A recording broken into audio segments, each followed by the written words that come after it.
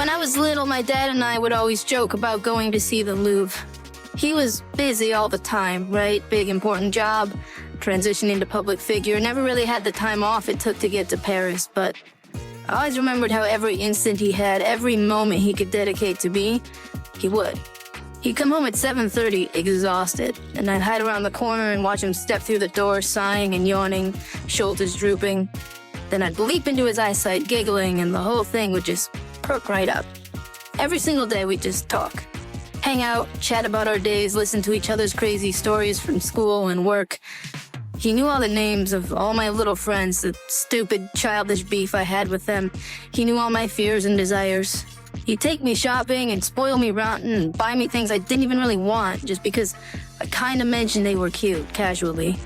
Then every night, he'd put me to bed, kiss my forehead and say, "When are we going to see the Louvre, Rip?" We never did. He died before I could see it with him. And all I could do was sit there and wonder, who'd take me to the Louvre now? Warsaw was nowhere near Paris, but hell of a lot closer than I'd been in my life. So I brought this little picture of us on a roller coaster about a year before he died. I was gonna hang it up in some unpopular back room when nobody was looking, walk away without checking on it again. Not like I'd come back to the fucking Louvre for any reason. I could just kind of assume we were there. Me and Cliff Hodge, my dad, hung up in the Louvre. I was only in Warsaw in the first place for study abroad. It seemed like a sweet gig. Seemed like with financial aid covering tuition, I'd be an idiot not to take advantage of it. I'd heard the professor for second semester physics at Capital U was kind of an asshole grader anyway, and the Polish lady who was teaching this course abroad was a badass. I wouldn't know. I never met her. Because I didn't spend 2 nights in Europe before Beam, the very same government org that took my father away from me almost exactly 3 years ago, went ahead and fucked up the whole world. 1 week later, study abroad got canceled, which wasn't a surprise because so did basically the entire government and all the infrastructure. The internet, every communication network.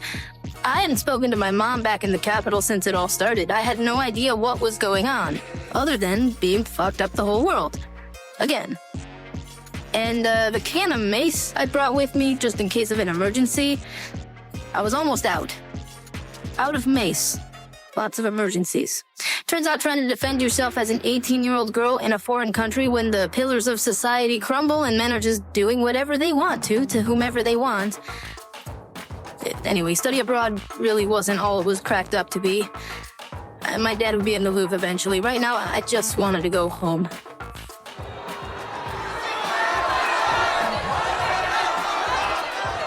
But international flights weren't exactly smooth operation either, you know. Pillars of society and all. America! I scowled at the man behind the counter. I waited in this line for an entire day now at what remained of the airport, pushing my way through the panicking throngs to get my 5 seconds plea for safe passage. I saw 3 people get stabbed while I waited. One of them was still lying on the ground bleeding. I need to go home. America? Capital? Polski.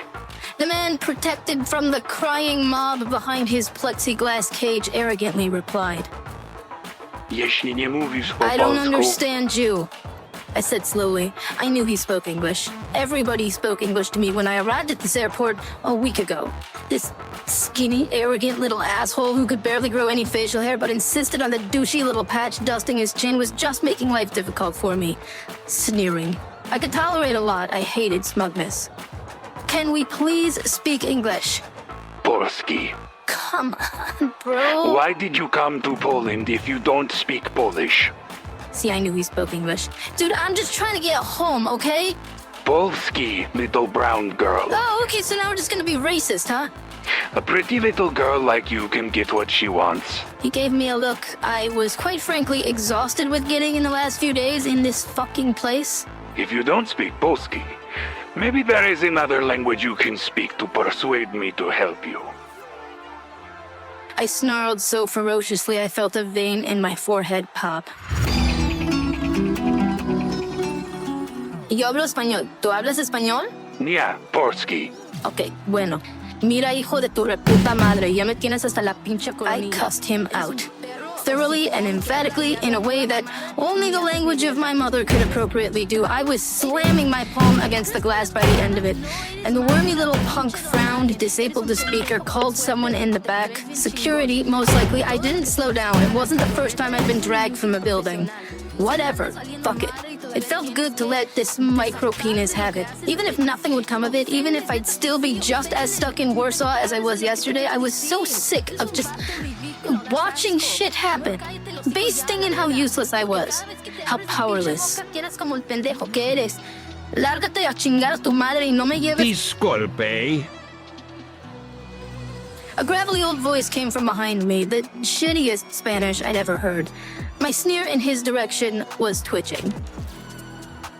I speak Polish and English. Maybe, perhaps I could try to talk to him for you. Why the fuck would you do that for me? I scowled, digging into my pocket for my nearly depleted can of mace. I let go of it on a deeper assessment. He looked old as hell.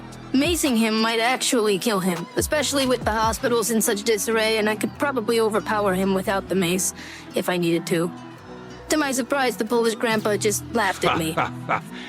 You seem like you've been through a lot lately, and this little prick with disgusting little patch of pubic hair glued to chin on power trip he doesn't deserve. Yeah? And how are you gonna knock him off his pedestal? Let me try bribery. He replied, glancing past me at the man reaching into his back pocket for his tattered leather wallet and limping up to the glass, engaging him in conversation. Jeśli nie mówisz po polsku. I couldn't tell what they were saying, and the longer I stood there, the more a nervous pit settled into my stomach as I thought about what sort of negotiations this old man might be making with scrawny douche behind the glass, earning my trust, lulling me into a false sense of security so they could do whatever they wanted to me, then sell my organs or some shit. Faith in strangers was not something I had an abundance of ever, but especially not those days. I stood to benefit very little from hanging out in this situation, and lucky for me, I was good at getting out of things.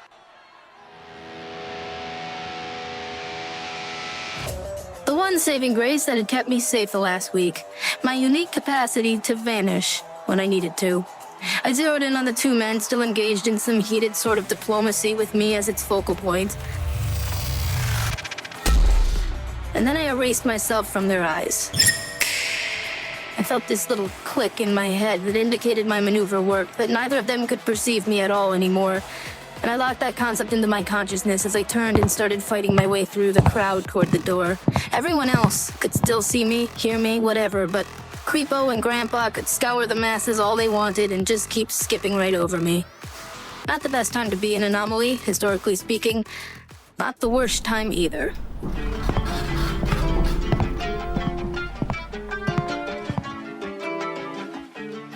I stepped out of the airport, safely escaping the whole situation. And sighed and leaned against the wall, digging into my pockets for a cigarette. If my dad was alive, he'd actually kill me for taking up smoking, but I don't know, everyone here did it. Hard to find people not smoking as I glanced around.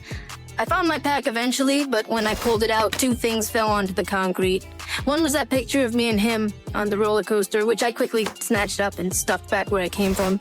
The other, a business card. I got it on the day of his funeral. A number I thought about calling a billion times. A number I'd physically dialed, but chickened out. At least 100. Sidney Kavorsky. He could probably help me get home, but no. That's fucking stupid. Phones hadn't worked for days. And I'm sure he was busy saving the world and all. The only comfort in my pocket was a cigarette. Sorry, Dad, I muttered as I put it between my lips, fumbled in my other pocket for the lighter. I just about had it when the door to the airport flung open and the short, scruffy old man who offered to help me stepped through it calmly. I blinked at him once, shutting myself out of his perception. It was always easier to do that the second time. And when I felt the click in my head that indicated he couldn't see me, I went back to trying to light my cigarette. I know how cautious Cliff tended to be. I'm sure he told you many times to use anomalistic capacity sparingly, Rip.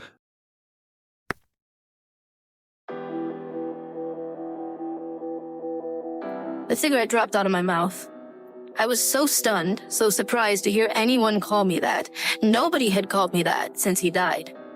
It baffled me. And he was right. My dad always told me to be cautious with my powers, partially because I didn't have any semblance of understanding how they worked or what they meant. This old guy couldn't see the cigarette when it was in my mouth. He couldn't hear me trying to light it, but somehow, someway, when it hit the sidewalk, his eyes darted right to it. Dead giveaway I was there. So the best place to be now was anywhere else. I held my hand over my mouth as I shoved the lighter back into my pocket and began to depart. But with a wry smile, the old guy called after me. I have secured safe passage back to America if you are interested, Miss Hodge. Okay, he had my attention. I popped back into his sight, but he didn't flinch. How? I told you, bribery. No, not that. How do you know me? How do you know my name and my dad? We're old friends. Why was my dad friends with some random asshole in Poland? Long story. Perhaps I can explain on flight back home, huh? Isn't this your home? My home is, quite far, Lalka. I'm not your Lolka.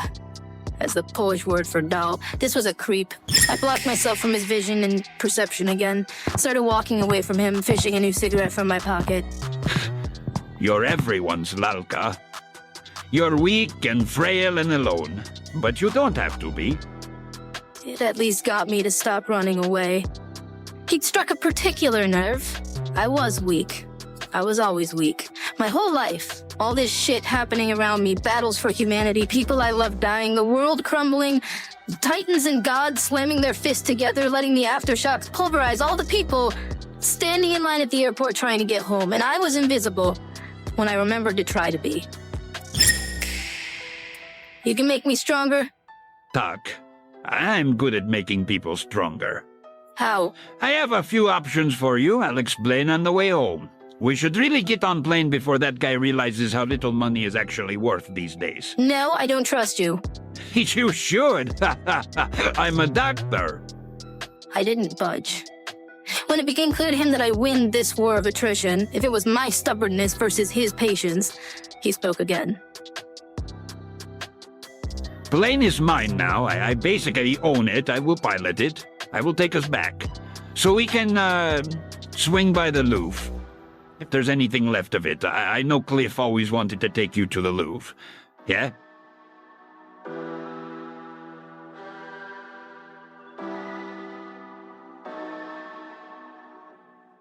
If there was a magic bullet that could pierce my sky-high defenses, he might have found it. If I trusted a single person in the world, it was my father, and I trusted him emphatically and without hesitation. If he, once upon a time, knew this weird old Polish man and well enough to share an intimate detail about me, maybe that was the best I'd get. Maybe I could trust my dad's ghost, even if I wasn't sure about this, Dr. What? I asked, walking toward him and back to the airport. Kevorski. Dr. K, if you'd prefer.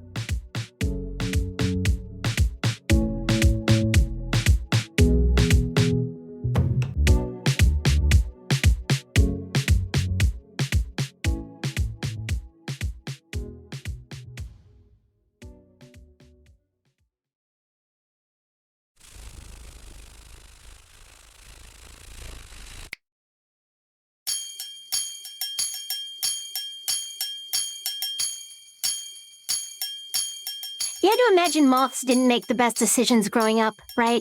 I mean, they're not smart. You open a window, you turn on a bright enough light bulb, sit on the floor for a few minutes, you got 30 of them. And they were so easy to catch, especially for me. It helped that I could glance a bit into their futures, just a few seconds, maybe a minute, and see what they thought the best escape route was when I approached with my fingers, cut that off. Things got cloudy when I tried to look too far, chaotic and loud and hard to interpret. I'd passed out a few times trying to look that far forward, the subtle chaos theory and all that. But the next few seconds, enough time to pinch their little wings between my thumb and index finger, that was always fine. I could almost do it on instinct. And it made me a tiny bit sad, watching them squirm and wiggle around, trying to escape as I held them in place. Less sad when I realized the little dumbass just wanted to get back to the fucking light bulb. They were like addicts. Probably had all kinds of regrets they wanted to undo. All right, buddy, I said to my fluttery little prisoner, poking him with my other hand and yanking back a small orb of white light. It streamed off of him like a ribbon, winding around a spool until I yanked on it, snapping the line, maintaining the glowing sphere balanced on my fingertip.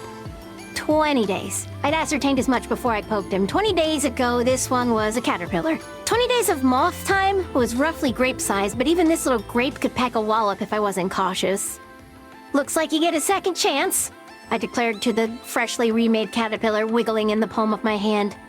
Don't experiment with psychedelic drugs this time, don't fall for so many crypto scams, and don't join that cult. I sent him onto the hardwood and let him squirm away from me. Who wouldn't want a second chance of being a caterpillar? I glanced around the room for a repository for my shimmering grape of moth time. 20 moth days didn't seem like much, but organic time was so heavy. If I put that shit into something metal, like a fork or whatever, it would explode on contact. But what else could I do that was a creative exploration of my powers? Well, none of the other moths could take it. 20 extra days would kill them, almost certainly. I sighed in defeat, disgustedly flicking the orb into the glass of water I'd set beside me as a last-ditch time suck. Water was, temporally speaking, so dense, heaviest time I'd experienced yet. 20 moth days might have aged the water an hour or two. No perceptible change. At least not to anyone except me, but that was boring, you know? I already kind of knew what would happen with the water. I repeated the process for a second moth, glancing into its very near future to ensure I could snag it, poking it back to caterpillar form, only 14 days for this one, much younger moth, reassuring it that this time, it didn't have to date that communist dude and join the party and then get rejected from job interviews because it kept showing up in background checks, that she got arrested at a protest that got too rowdy even though they broke up and she realized she was never a communist in the first place. She just liked his caterpillar abs. Then I plopped the time into the glass of water as I grabbed another moth out of the sky. It was such a thorough ritual to practice all the facets of my abilities, just like I promised No-Face Guy I'd do last time they came to see me a few days ago. Back when I learned that Jackson Teak went cuckoo and blew up the Capitol, I still hadn't looked at him again. I didn't trust the sight of him. The knock was urgent, almost frantic, and it hadn't happened yet. I'd gotten pretty good at predicting things that might portend danger, especially when I had my alert so high and my abilities activated. I switched off the light and got off the floor, hustling over to the door just as the knocking rang out. My goal was to knock back before they could finish, and I kind of accomplished that. But I also kind of just ran into the door full force. Hi! I sang out as I impacted. I could hear them on the other side stumbling backward, maybe even yelping. I don't know why it felt good to get the jump on such a mystical alien weirdo. It felt like they probably didn't get startled too often. Takumi? Who's that? Oh, fuck, that's me! I realized aloud. Sorry, bro. The only person who's ever called me that is you, and it was only the one time. I kind of forgot it's my name. Have you been practicing your powers, my dear? They mostly ignored me. Yup, I confirmed. I'm good now. I mean, I'm pretty good. It's crazy how quickly I came back, you know? It took like months to stop spiraling into historical oblivion, but I got my little time blob shit together in a few days. That's a relief to hear. They replied, unlocking the door. I stepped back as they opened it, eclipsing the door frame with their bizarre faceless figure, a pinstripe suit, and a walking stick with a little armadillo on top. I hadn't noticed that the last time. We need your time blob shit together. Yeah. I kind of distractedly glanced them up and down. It was weird. I'd gotten so good at just innately and inherently checking the past of shit that I encountered. They had nothing. It was like they didn't even exist until 1 second ago. Maybe my powers were a bit more on the fritz than I thought. Give me like 2 more days of doing the moths. I'll be ready to go. We don't have days, my dear. We have hours at best. Really? Yes, I'm sorry. The world needs you. Okay, let's do it. I responded. I didn't much remember the world, to be honest. I figured it would be worth my while to save it. For the moths. And the lumberjack's hot wife. Oh, wait, she was probably dead. Well, I'm sure there was other modern lumberjacks who also had hot wives. A quick test? My enigmatic chum offered. They pulled a rotisserie chicken from behind their back. The $5 ones from Costco. I wasn't entirely sure how one hides a whole meal on their person, but this particular person was so bizarre. Make an egg. I didn't flinch at the request, stepping forward. Take it out of the bag, I suggested as I glanced back into the carcass's lifetime. Okay, so yesterday it was slaughtered. That's morbid. A few hours, 11 or so ago, it'd be raw. Double that, it'd be chicken again. 8 weeks, give or take a day, from chicken back to hatchling. Damn. Compared to the moths, this thing was fucking tragedy. Maybe I should become a vegan. 20 days of incubation before the egg hatched, right. Okay, so 70 days would do it. That might be kinda heavy, though, considering chickens were organic. I formed my hand into a little claw, then stared into my fingertips, rearranging them into a nice, equally spaced pentagon, so the orb that I took from the bird would maintain balance and not drop to the floor and blow both of us to kingdom come. When I was satisfied with the stability, I thrust my hand against it and yanked back, extracting the shimmering white blob, letting it build and build as the chicken went raw, then feathered, younger, little yellow baby guy, then boom. Egg. I broke the stream, and my chaotic friend tossed the egg and caught it triumphantly. Marvelous. They assessed with a relieved excitedness, but I did not share this emotion. 70 chicken days was big time, cantaloupe-sized, and my knuckles started to buckle under the heat of it, the verve humming and pulsating. I frantically scoured the room for an object that could take this much temporal energy without a catastrophic result, but nothing leapt out at me as capable of receiving it. My water glass was too small. I couldn't fit the orb through the rim of it, and I was just about to chuck it into my pal, make them older. By whatever the human equivalent of 70 chicken days was, I estimated a bit more than a month, but again, I couldn't really tell looking at them. Before I could toss it, ready to apologize for depriving them of the time, my pal pulled out a potato and stepped forward, resting it against the crushing, potent might of the ball of pure energy. It vanished in a snap. The potato appeared no older for it, though. The longer I stared at it, the weirder it was. Hey, where the fuck did you get this potato? I asked, snatching it from their hands and turning it over in mine. Ageless. Immortal. They ignored me. Enthralled by the egg they were twisting in front of their face, even though they couldn't possibly see, the mask had no eyes. What came first, by the way? The chicken or egg, can you tell? Egg, I declared certainly, stuffing the impossible potato into the pocket of my dress. The faceless weirdo didn't seem to care that I stole it. But it was laid by a bird that technically wasn't quite a chicken. Evolution makes a lot more sense when you can just watch it play out. I'd imagine so, yes. Did I pass your test? I asked impatiently. He said we had hours. Should we head out? You passed. They declared, pocketing the egg. Wait, wasn't it gonna break in their pocket? What an odd duck. Have you tried to look at Jackson Teak since... I still can't look at him, I admitted before my friend could finish. He's zombie to me. I can't... Is that a problem? They shrugged. It doesn't really matter if it is, my dear. We're fresh out of time to let that resolve itself. It's a long walk to where we need to be.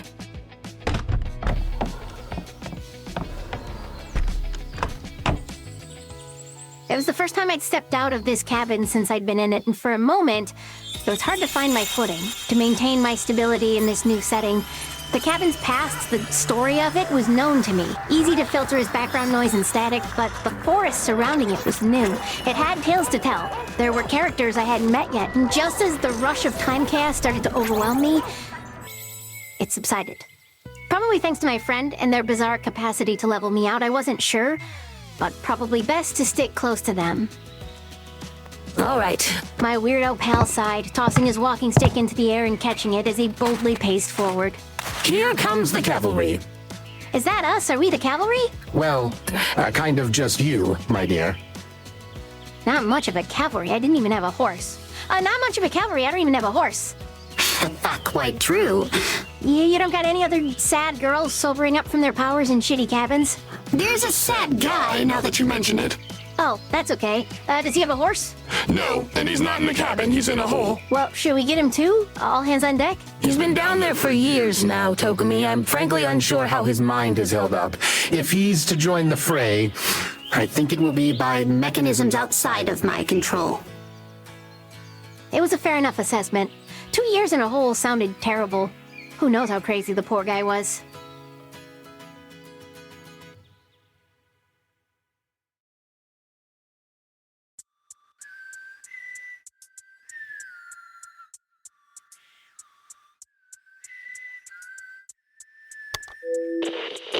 Hello? Listen, lad. I know you can hear me, mate. I know you've been hearing me for the last few days, and I'm telling ya, straight up, internet's busted down here. Same with the telly. And I don't mean to be a bother and all, it's just like, there's shit else to do, right? I mean, I got me little crossword book, but I'll own it right here. I'm too dumb to do it without looking up all the answers, and I can't do that without the net. So, whatever cable up there done came unplugged, could you kindly plug it back in? Look, I'll come all the way clean, alright? I've got a Pokemon tournament coming up in a few, hey? And I've been training up me squad, Charizard and them. I think I got a real shot at top cut, only troubles. The online bit don't work so well if I can't get online. Some snacks would be jolly good down here, too. You have them tubed up corn chips, what with the spicy and the lime? Takis, hey? Bag of Takis go a long way, lad. Hello? Hello?